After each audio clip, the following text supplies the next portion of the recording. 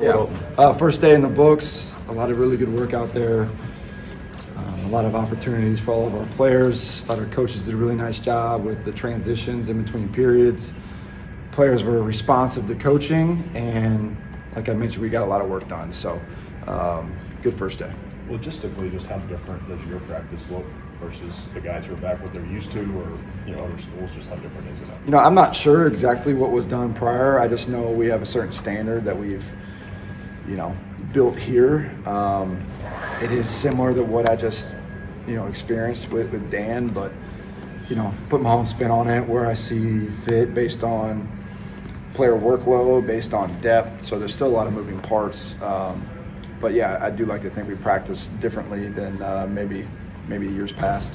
Spring is obviously different than fall. Are you all still doing like an install this week? How do you build through it, or is it mostly fundamental? No, we install something every day. Right? We're like a whole mentality. I mean, we're gonna throw a lot of stuff on the wall, see what sticks, especially schematically. Learning our team in this setting different than learning them in a walkthrough setting in winter. So, we install every day. We'll have a new one tomorrow, and have about 15 installs over the 15 practices. Now, how many plays or schemes that is, really, it's not like every day has 15 new plays. It might be 2 or 3 here or there.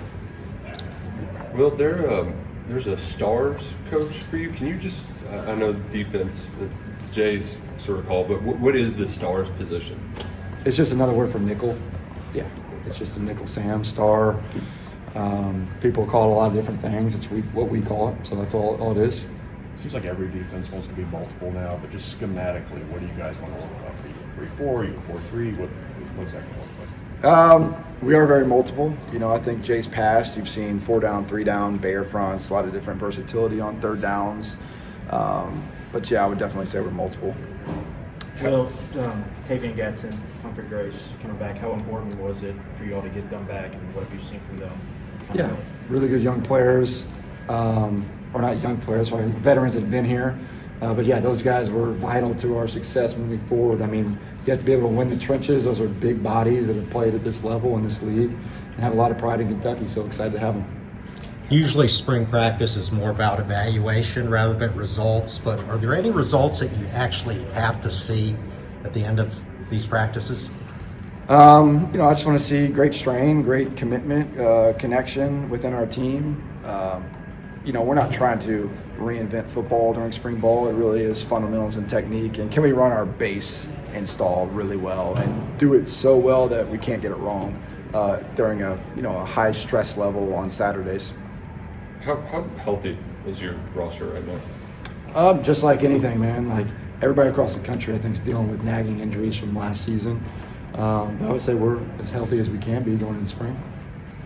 You mentioned your spin that you like to put on the program. Is there a particular imprint that you want people to say, hey, this is Will Stein football this first year?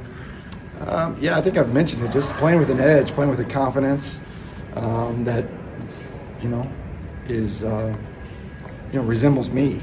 I was never the biggest player, but I always play with an edge and chip on my shoulder, and that's what I want our players to embody is the spirit of me, but also, play smart, tough, dependable football. Obviously, somebody has to run out there first, second, third, but how do you approach a depth chart in the spring? We don't have depth chart. We have a blue and a white squad that's intertwined. There's not a 1s, 2s, 3s at all. So that's really, to me, the big part of development. Everybody says you want to be developed. Well, how do you do it? Like, don't have a depth chart. See what Lance Hurd looks like to maybe a rotational guard or a guy that was a walk-on. Like, see who can play. So Kenny Minchie doesn't have a starting offensive line out in front of him. We have truly a blue team and a white team that will be different each week. How do you decide who's on? We just mix it up. Yeah, we mix it up. What are the benefits of that approach? Development. You get to see who can actually go compete and who can make plays without maybe a starting lineup in front of them. I've seen a lot of that, especially from the quarterback position, who moves the football down the field regardless of what's going on up front. And in football, you're going to play multiple guys throughout a season. So the last thing I want is week 6 of the season, and we got to have a new person at a position that's never done it before. So we intermix the groups. We intermix people in different positions. X receiver might play Z receiver for a day. A left guard might play right guard for a day. So you want to have position flex within your team. And that's why we do it. There are quite a few guys who showed a lot of potential as recruits and maybe redshirted, on both sides of the line of scrimmage, from linebackers, receivers. What's something that they can show during spring practice that, the lights start to come on and they can be ready for Saturdays? There's a lot of things. I think, can they get lined up, number one? You're in a new scheme, so everybody's kind of at square one right now, or base camp. So it's, it's important that they can get lined up, hear the call, and then just go execute the call. Once they learn that and understand it, next thing you know, you're going to see them, I think, popping off on tape and playing really fast. What were the conversations with Hardley Gilmore to where he's back here now after? Yeah, we had an opportunity to bring him back, which was really exciting for us. So, there's never ill will. You can't have any ill will when stuff happens in college football. There's too many moving parts. So we had an opportunity to bring him back and was really excited to do it. I don't think we've asked you since Mitch's announcement last week. Did that take you by surprise? Just one of those conversations? Yeah, I think it took a lot of people by surprise. But like I told Mitch, his career is, I would say legendary for University of Kentucky. He's here for that long. Anybody that's here for that long is doing something right. He's got 6 national championships to his name, countless All-Americans, all SEC. So, he's a legendary person here, and I'm just really happy for him. He's moving on to a new chapter in his life. So I think we all just got to support that. And like I told him too, when I left Oregon, what happened? The show rolled on. They hired Drew Manager. They're still playing football there. Here, Mitch, his show is rolling on, a new opportunity.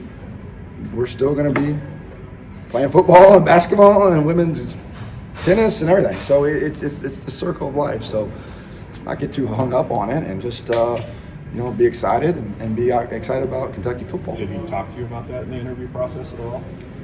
No. But you just roll with the punches, man. I'm a football coach. This is a sudden change, and we just got a sack TFL on defense, and our offense is back on the field and on the plus 45, and we're ready to take a shot and score a touchdown. So that's all I'm worried about.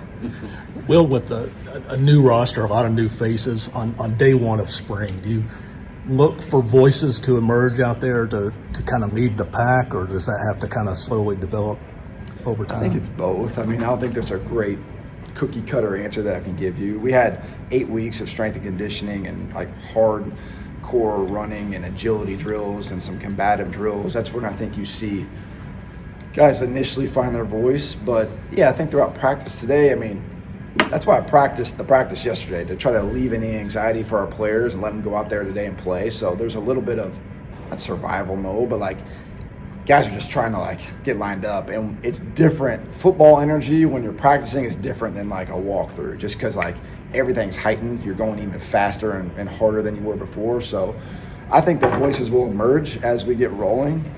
But today, I saw some guys making plays and being energetic and passionate. How exciting, or maybe I should say challenging, is it for you to not just have to worry about the offensive side of the ball now? I'm worried about every phase, making sure everybody's going the right direction. But it's fun. It's a lot of fun. It's fun to interact with both sides of the ball the way that I am now, special teams.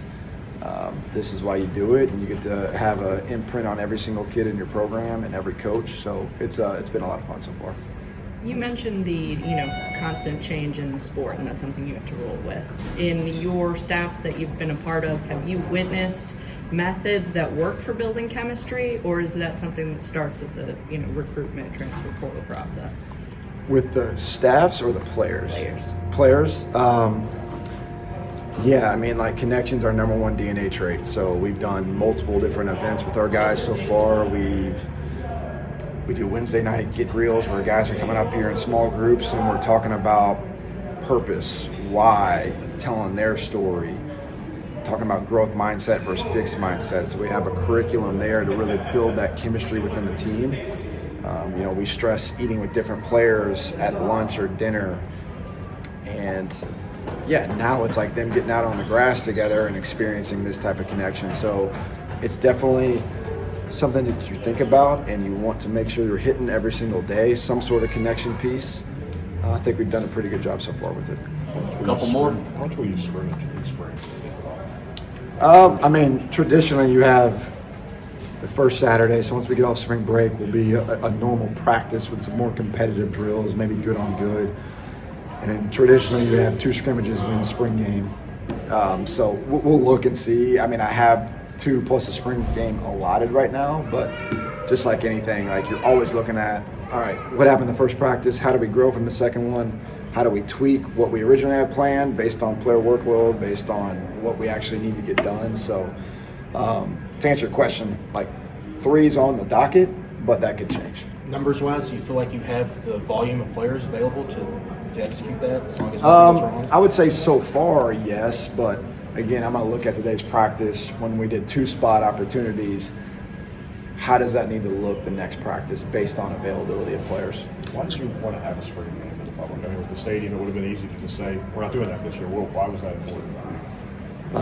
Because like we don't have the first opportunity is going to be September 5th. Like I don't want our guys to go in there and have their first opportunity with crowd, with the PA announcer, all that stuff against Youngstown State. So I think it's what BBN deserves, man. Let's go out and show the people like what we've been working on, and it's not going to be perfect and it'll be very vanilla, but I just want to see if our guys can go execute and come out of that game relatively clean. But it'll be a modified deal. We'll have some live tackle early and then just go to a thud scenario, and I'll give you all the rules and how we're going to do it as we get closer to that date. But yeah, I think our fans deserve it and our players are going to have a lot of fun. Okay, folks, thank you very much.